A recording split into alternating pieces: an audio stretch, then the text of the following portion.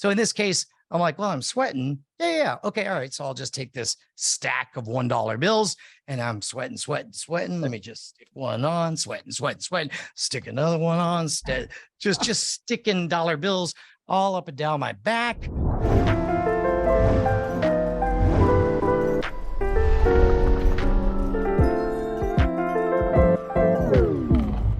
Hello. What's happening? You guys tell me, what is the normal format that I should? We're in it. You're doing it. Oh, it's happening We right now. don't believe in like Setting formalities, stuff up and introduction. We're just doing the podcast. It's happening as we speak. Yeah. In that case, let me give you a bit of a radio tease. If I seem distracted, it's probably because season 3 of World's Greatest Con might end up being the best thing I've ever been a part of ever. Can you tell us what the con was, or is that too much information? Let me just say that season 1 was a World War II historical fact that we told from kind of the world's perspective. Season 2 was a series of 5 individual vignettes of short stories of people cheating within the world of TV game shows. Season 3, we went out and got interviews from original sources. And it is a story that is out there, but to our knowledge, nobody has ever been able to collect the details that we just got. Oh, okay. This is what it feels like to be a journalist. I never knew this you're before. teasing. This is a tease. So Jesse, you can't ask. I guess we'll have to go back in time. When is this going to be available so people can watch it? So we are hoping by holiday season, because that's usually long drives right before Thanksgiving, that kind of thing. But we've got it roughly blocked out. We definitely have the interviews. We've got the big mega narrative. One of the hardest things to break, and you let me know if this is too far off topic, is big world versus small world. A good brand pretends to be about one thing, but is secretly about something else. Scam School pretends to be the only show dedicated to social engineering at the bar and on the street. What it actually is beginner lessons in magic. Now, I will not admit to that in public outside of just now. Likewise, the modern rogue pretends to be 2 cool guys who want to be the ultimate blend of James Bond, Houdini, MacGyver, everything that a rogue scoundrel should know.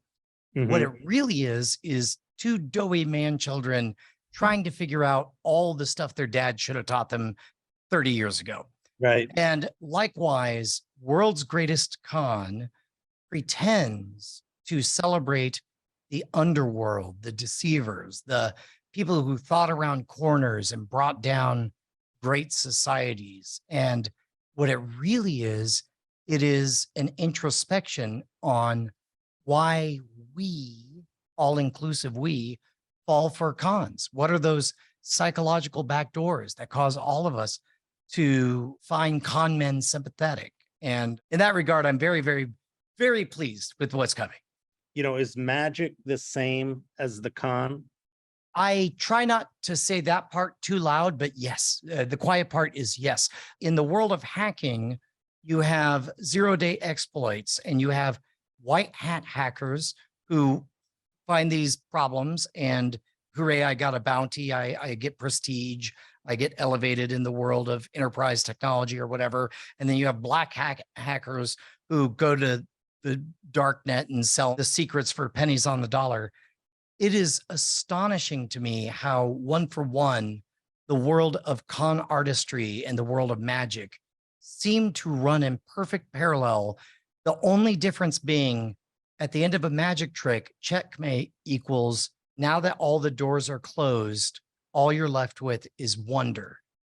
At the end of con artistry, checkmate, once all the doors are closed, I have your $1 million. But the structure is almost identical.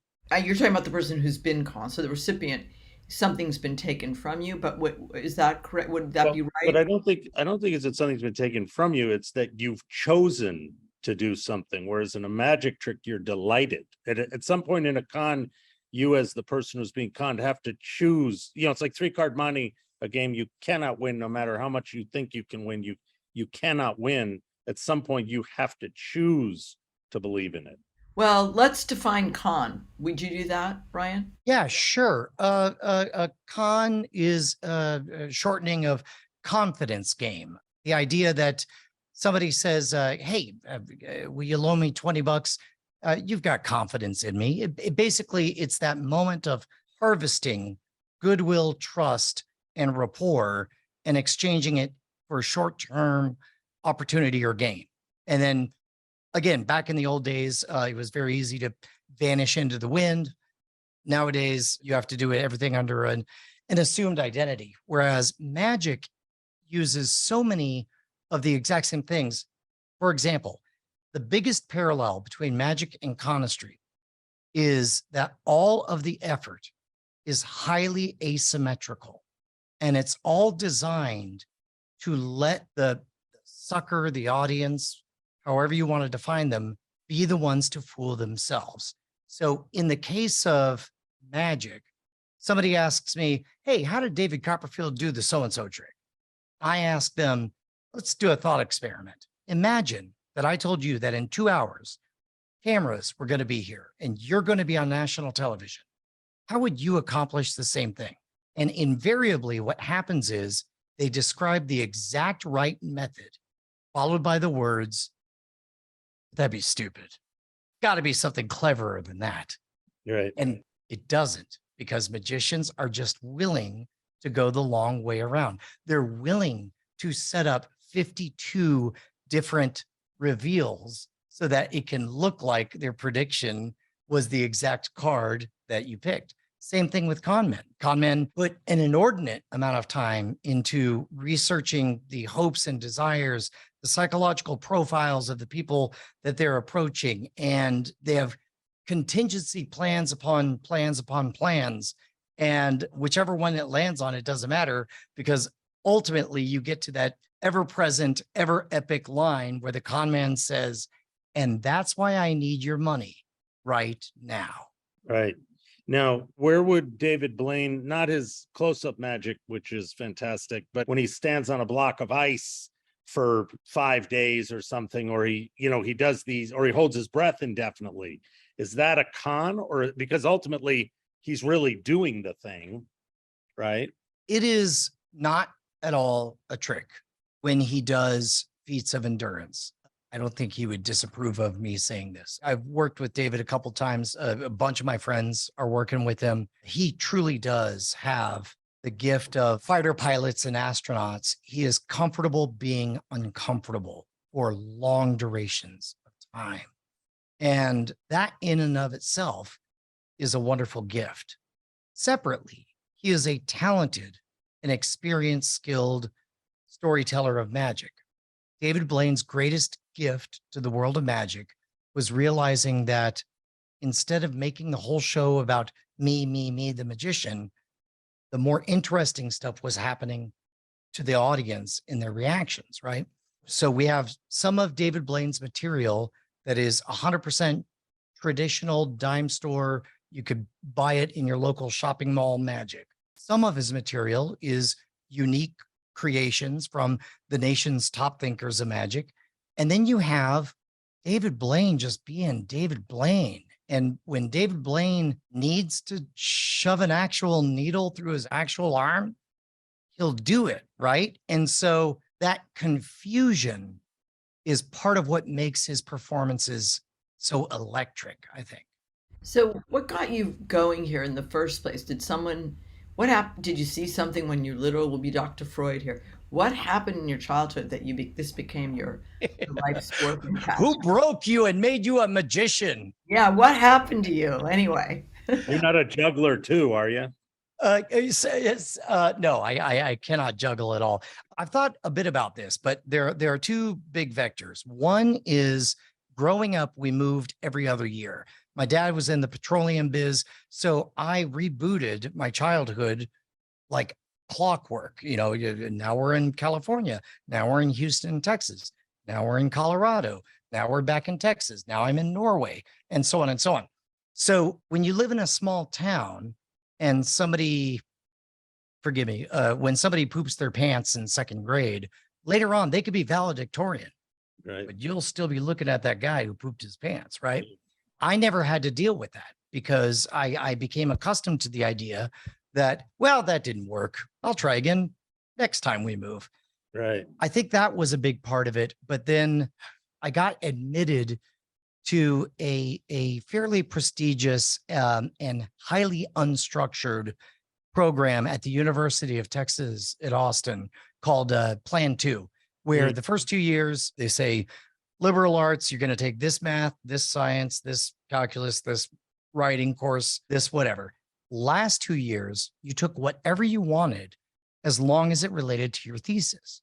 And so all the other college students were, and this is an undergrad program, they're writing their first novel, they're writing 300-page essays on famous people or whatever.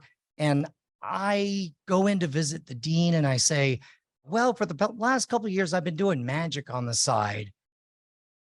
And there are these brief moments, I swear, I'm not overly religious, but if I was, I would be convinced that a thumb was on the scale, because before I could say anything more, the dean said, and you want to do a magic show as a creative writing thesis. What a great idea.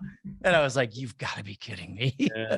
So rolling with that, next 2 years, I took classes like history of witchcraft, pseudoscience and the paranormal, languages of science fiction, psychology, all of these things that felt like I was getting away with something in academia. But now I realize, oh, wait, I'm the only guy I know who's actually working in the field that I studied for and actually doing the thing that I said I wanted to do. Really sounds like an amazing school. The classes you got to take, It truly is great. UT is a big school, 50,000 plus. They only accept 150 students each year into the Plan 2 program. And for example, Plan 2 math, straight out of high school, the class is taught by the dean of the College of Natural Sciences. And suddenly we're learning about Fermat's last theorem and the difference between countably infinite numbers and uncountably infinite numbers, which bit of a step up from Katy High School. Why do you think it is that so many physicists are interested in magic and there's such a big crossover? Wait, is that true? Yeah, of course. I don't want to step out of my domain, but yeah, there's certainly Richard Feynman famously was very into it. Martin Gardner, who wrote the back page of Scientific American, and I'm so thankful I got the chance to meet him before he passed.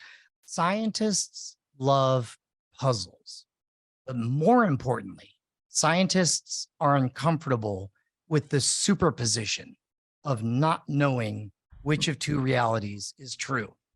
And that's part of why many people fall into the pseudosciences, because if you watch a good magic show, then you get totally checkmated and you're left only with wonder.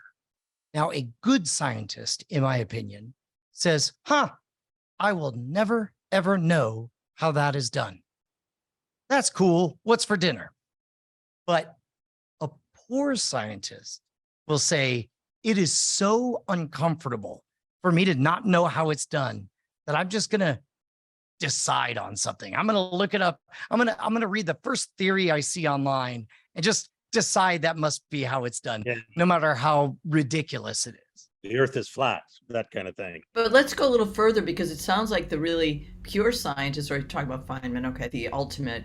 So they're comfortable and they're always about exploring the unknown, right? And the mysterious. So they're yeah, and also the possibilities. It's like improbable but not impossible would be a way to describe. Let's say I pick you up at the airport, I have you write down a word, and we drive to a house, and turns out that the words you wrote were Ernest Hemingway, and it turns out that this is Ernest Hemingway's house. It is highly improbable that I would make prearrangements with so many different end locations that no matter what you wrote, I would be able to take you to an over-the-top destination. But it's not impossible. So in other words, all of this is to say that magicians tend to do whatever the stupidest, most tedious, awkward, longest taking method you could think of, almost certainly is how magicians, in fact, I'll spill some beans here. I did Penn and Teller's Fool Us, and I did a trick riffing on psychic surgery, which normally is done when I do it on stage. I have a card selected. It's not that hard to make sure someone gets the right card. And then I burn it up, mix it with pudding, they eat it. And then I do psychic surgery with blood and guts flying out. And then I eventually pull out their card. They loved everything about it, but they're like, look, we got a lot of card tricks. Can you do this not with cards? And so I was like, and again, this is the magician brain. You first say the words, yeah, of course. And then you go about figuring out how you're going to do that, right? So in this case, I was like, yeah, I'll do it with dollar bills. And so I think to myself, okay, all right. So dollar bills, serial numbers, a signature. I'm going to have to make a lot of dollar bills have the same serial number. What's a way to do that? Let me find out. Okay. Oh, new problem. They all look brand new. Like they're from the same bank and in sequential order. I need them all to look natural. Okay, so what makes a bill look like a natural bill? They're crinkly, but they're also kind of oily because they've been handled. They're kind of dirty, but not all uniformly dirty or whatever. So I eventually spend 6 weeks making hundreds of identical $1 bills. Right. And I need to weather them all so they are believable as being just random bills. So I go to the gym and I was like, okay, well, one thing I know for sure is, you sweat. So I get on the bike. One of my favorite things in the world to do is play an online card game and work out on a stationary bike. So in this case, I'm like, well, I'm sweating. Yeah. Okay. All right. So I'll just take this stack of $1 bills and I'm sweating. Let me just stick one on, sweating, stick another one on, just sticking dollar bills all up and down my back. I instead of a towel, I take $3 bills, just wipe my sweat off of my brow and crumple it up, set it over here. I go 90 minutes. And I'm like, yeah, no, these look really weathered. This is great. Yeah. And then I get off the bike and I turn around and I realize in all of the bikes, I am the frontmost bike in the entire gym. And for an hour and a half, everybody has been watching a weirdo wipe his body down with dollar bills. Oh, that's hilarious. That is the extent to which both a con man and a magician will go to make sure that every detail is exactly right. Wow. How close is magic to comedy? It's like they both have punchlines. Do you think of them the same, or do you think of them like, do you think a good magic trick's like a song, or, how do you think about it? There is one way in which they are absolutely identical, and that's in the difficulty of preserving the chain of ownership. You can copyright the words of a play. You can patent the gizmos in a device. You can't preserve or own the beats of a joke. You can't own the timing of a magic trick. You can't own the theme. Houdini is best to try. He would register each of his acts as plays. So he was able to call out people who are clearly just ripping off their act. But awesomely, my friend Andrew Main has a wonderful saying. He says, technology outpaces legislation. And in this case, what he means is the problem of magicians ripping off magicians, or of comedians ripping off comedians, is not solved by passing a law and being protectionist. It is solved by the power of public shaming. 20 years ago, I think Carlos Mencia, there was a takedown video from Joe Rogan for all of the pinched jokes that he had done. Similarly, in the world of magic, it's like, it used to be, if you were a magician, you could just go see whoever's in town, steal all of his best lines, and there was no repercussions. But nowadays with the internet and YouTube, no, don't do that. It's too easy to get busted. Now, how did you come on the Hitler con? Is it just a story you always knew? And did you you think like, okay, this has the setup of a con? Because certainly it's never been, I don't know that I've heard the story before, maybe read it or seen it, but I hadn't thought about it in the context of a con, but it makes total sense once you say it. You tell us a little bit about what it was and just what happened? Sure. In World War II, there was a counter-espionage attempt called Operation Mincemeat that remained highly classified until I believe the 1950s, when one of the principal participants was allowed to declassify some of the materials and was able to make the movie The Man Who Was Never There, I think it was. And then in the 80s or 90s, Ben McIntyre did a deep dive, and it's one of those rare things where the story only has like 2 hyperspace jump points until all of a sudden that's as far as it went. And I was so fascinated, first of all, because of the outrageous aspects of the creator of James Bond was involved. That's where he modeled the characters M and Q. And weirdly, Hitler was the sympathetic rube in this story, and the con men were our heroes in an underfunded Allied basement. So my friend Justin just called me up out of nowhere and said, "Hey, what's the heart of a great con?" And I immediately started talking about like, oh, it's the asymmetry. It's the fact that a con man puts all of their effort into the first impression, and he says, "Shut up, just hit record, talk for 10 minutes. I'm like, okay. And so I hit record, I talked for 10 minutes, and I was like, okay, I sent that to you. And then he calls me again and he says, "Okay, what is the world's greatest con?" I'm like, oh, it's got to be Operation Mincemeat. Why? It's like, because the good guys are the con men, and they take on Hitler and they defraud him. Yeah. And it quite possibly won World War II. And so we get into the details. Justin reads the book, I reread the book, and we begin to talk about parallels between the world of magic and the world. There's elements of a comedy writer's room that's happening, but then there's also, like all magicians have, there's this moment of surrender. You do all the preparation, and then there's this moment you let go, and you just have to hope that the sucker, the mark, the volunteer from the audience is going to complete the picture on their own. And you have no guarantee that they will. And so we broke it into 4 chapters and told that story. And I'm very, very proud of it. But it was so automatic, because a little bit of Brian's stories of life on the road, a little bit of demystifying the world of deception and magic, and a whole lot of factual history. The response was overwhelming. And so Justin, to his credit, said, "What are we going to do next?" And I said, "TV game shows." Right. And he was like, with that reserved voice that only comes from somebody who actively disbelieves in you, he was like, "All right." and so I start rattling off, there's stories of big powers screwing over the little guy sticking it to the man. There's one story where a legit criminal is on the run from the FBI, and the only reason he gets caught is because he needs cash, and he goes on super password. Whoopsie doodle, he breaks a record and makes more money than anybody in that game, and suddenly attracts the attention of the FBI. Part of the real reason that I wanted to go big world to small world is to sort of clear the playing field.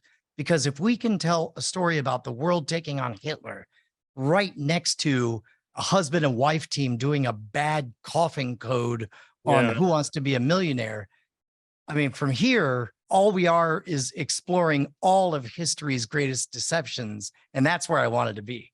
They were particularly bad at that cough thing, like they couldn't think of a better way to do that, And not only did I think of, I go on a 4-minute rant about how the dumbest thing you could do is cough on the actual answer. Right. If you had just changed the code to cough after the answer, they would have gotten away with it. Yeah. In Operation Mincemeat, they dropped a dead body in the water with the plans on him, right? And floated it in. And so do you go into like that small group of people thinking of that idea, and how do they get the body and all of that stuff? Yeah. So the 4 chapters of season 1 And what I truly love about this is that my agenda is to entertain and to enlighten. But along the way, I love it when people really feel the intuitive surprises or counterintuitive surprises of the world of deception. So in my case, we begin 4 chapters. Chapter 1 is about me getting suckered with into buying expensive speakers that are garbage. And we talk about somebody offered them out of the back, back of a station wagon. That one. Yep. The white van speaker scam. Yep. Yep. I lived it, but it's because all of the effort goes into that first impression, that vignette, right? And then we explore the writing phase for the 20 committee and how they need it to be believable, but not too, presented at them that they're going to invade this other coast. The second episode takes a hard left turn where I talk about how a good con is like a video game. And video games are very curious storytelling devices because the main character doesn't know their lines. They don't know their motivation. They don't even know where to go. But you have to create a world so vivid that it's just obvious what you're supposed to do next. And then I tie that into the fact that I originally wanted to be a 3D modeler and animator, but I didn't have the patience for all the inverse kinematics and bone structure stuff or whatever. So I did magic instead. But my brother has worked on like a half dozen titles that are known worldwide, everything from Modern Warfare to Return to Castle Wolfenstein, Right. Big titles. And he, as I recorded it, had passed away just 2 months ago. He lost his battle with addiction. And what I found myself with was the pocket litter of his desktop computer. And I fired up, I look around, I look for clues, trying to figure out why this terrible thing happened. And it hits me, that's literally the job of the 20 committee, of what they're trying to put, the way they're trying to tell their story. So there's the complications of making a story good, but not too good. Chapter 3 is about like, you can write all the words you want, but at the end of the day, your plan, as you wrote it, involves a frozen, discarded corpse. And every so often, an ankle gets too hard frozen, and you got to figure out a way to get it inside this boot. And you can't cut the boot because then the Nazis are going to know that this boot's been altered. You can't, you got to wiggle it. You got to warm it up just the right amount. And it's horrific and gruesome and brutal. And then you got to get it to the coast of Huelva, Spain, and send it away, where again, they have this amazing moment where they have to go through the practicality of sinking the coffin. But the problem was the coffin was too well made. So first they just fire off a few shots, expect it to sink, doesn't sink. Then they're unloading fully automatic magazines on it, still not sinking. And now the sun is rising. And now they're about to have everything put in jeopardy because this clearly a coffin is not yet sunk. They end up attaching C4 to it and blowing it up. And then finally, the 4th chapter is about what happens after that moment of release. Between a con man and the sucker, there are 2 superpowers. The con man has the gift of asymmetry. Years they spent writing this plan.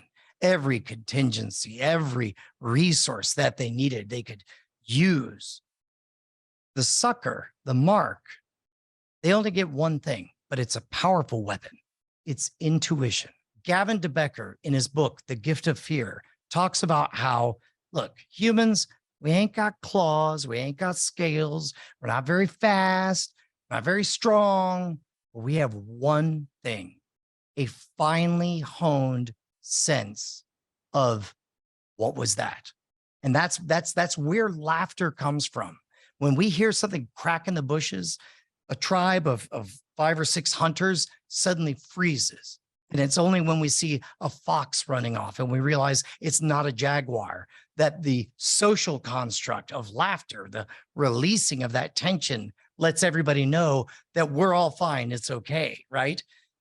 So the sucker gets the gift of fear. The con man gets the asymmetry of preparation. And that brings us to this moment where Adolf Hitler is sitting at his desk, tapping his finger on this folder.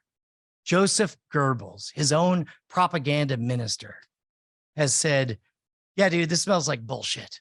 But he desperately needs this to be the information that's going to save the day. It's a battle between ego and sensibilities. It's between listening to upstairs and downstairs. And in this case, Hitler took the bait. He rediverted thousands of tanks to the wrong spot, and it was a rout. They came storming in on the boot of Italy, and you could make a strong case that this operation alone was what tipped the balance for World War II. Yeah, it's pretty amazing. Cons have been going on as long as there's people, Do you think that there's an element of the con in, I'm going to buy an apartment and I've got to fall in love with this apartment. I've got to fool myself into thinking it's a great apartment, or I have to, is that the same thing? I want to buy a car and I've got to make myself think this is the best car ever, That is a really hard question to answer, because now we're in the fringes, because what you're describing is it a gift or is it a curse to make somebody feel good about the decision they're making? Whether it's to marry somebody, whether it's to have kids, whether it's to get that mortgage, you name it. Are you tricking them into financial bondage, or are you freeing them to a greater life and making them feel good about it? And unfortunately, just like a screwdriver, if you need to twist a screw, it's a positive, good thing. You need to stab somebody in the throat, it's a bad thing, Tools are tools, I was thinking about all the times I'm conned on TikTok or, Instagram, where I'll follow somebody and they're showing me something about if it's, I'm going to get rid of my aging skin, my wrinkles. Okay. I mean, how many times have I bought? Like, my husband's like, are you out of your mind? Like, it's always in the middle of the night and this is going to be the one. And I will buy it every time. So I literally go along with the con, knowing that it's ridiculous, but I do it. So then to go to advertising, is it just a big con? I mean, there's a great seminar on the art of negotiation. And the guy who gives the seminar describes being at an event live. They're about to introduce him. He's waiting for the other guy to finish up. He's at the back of the room, and there are two guys kind of just chit-chatting in the back. And then he points to on the program. He's like, "Oh, you better watch out for this guy. He'll get the fillings right out of your teeth." And the negotiator, unable to help himself, leans in and says, "Oh, no, technically that's not negotiation. Negotiation would be as if I got the fillings out of your teeth and then you thanked me."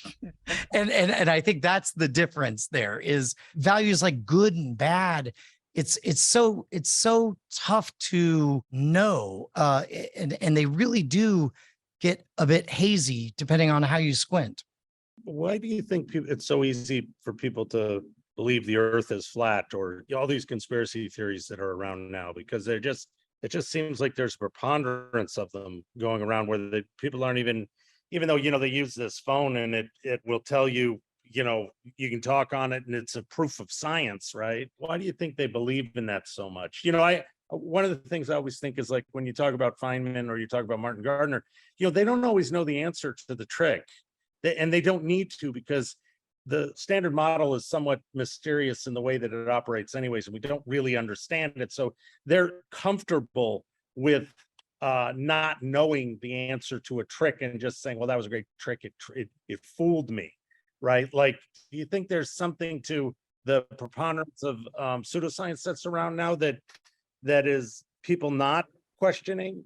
So this is a bit of a paradox. To the first part of your question, the reason you find people becoming convinced of flat earths or what have you is quite simply the availability heuristic. If you're running around YouTube and all you can find are videos that tell you that the earth is flat, why would you doubt all these videos? We're primates and we can only handle so much confirmatory evidence before we just give up and stop really thinking about that part.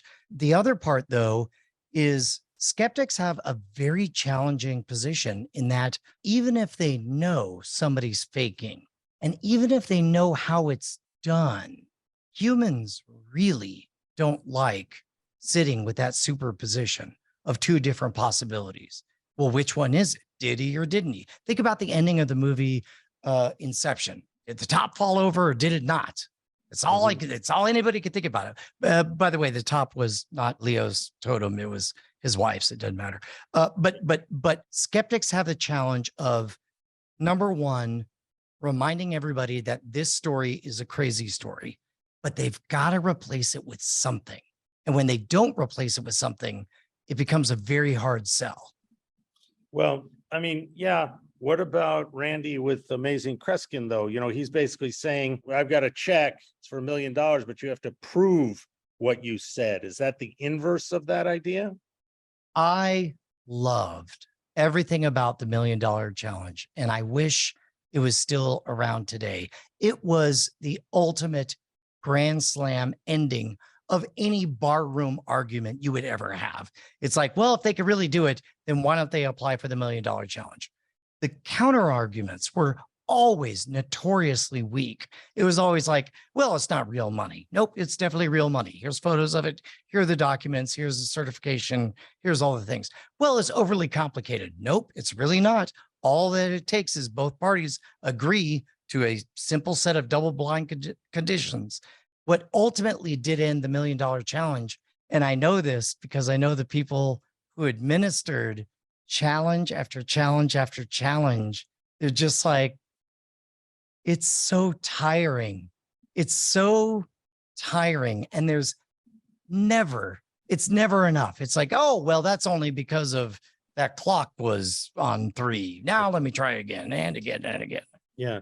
Did you ever see that, on April 1st, he put out the thing that somebody had won it and went all the way through the thing like they'd won it. And then in the end said April Fools. That was pretty good.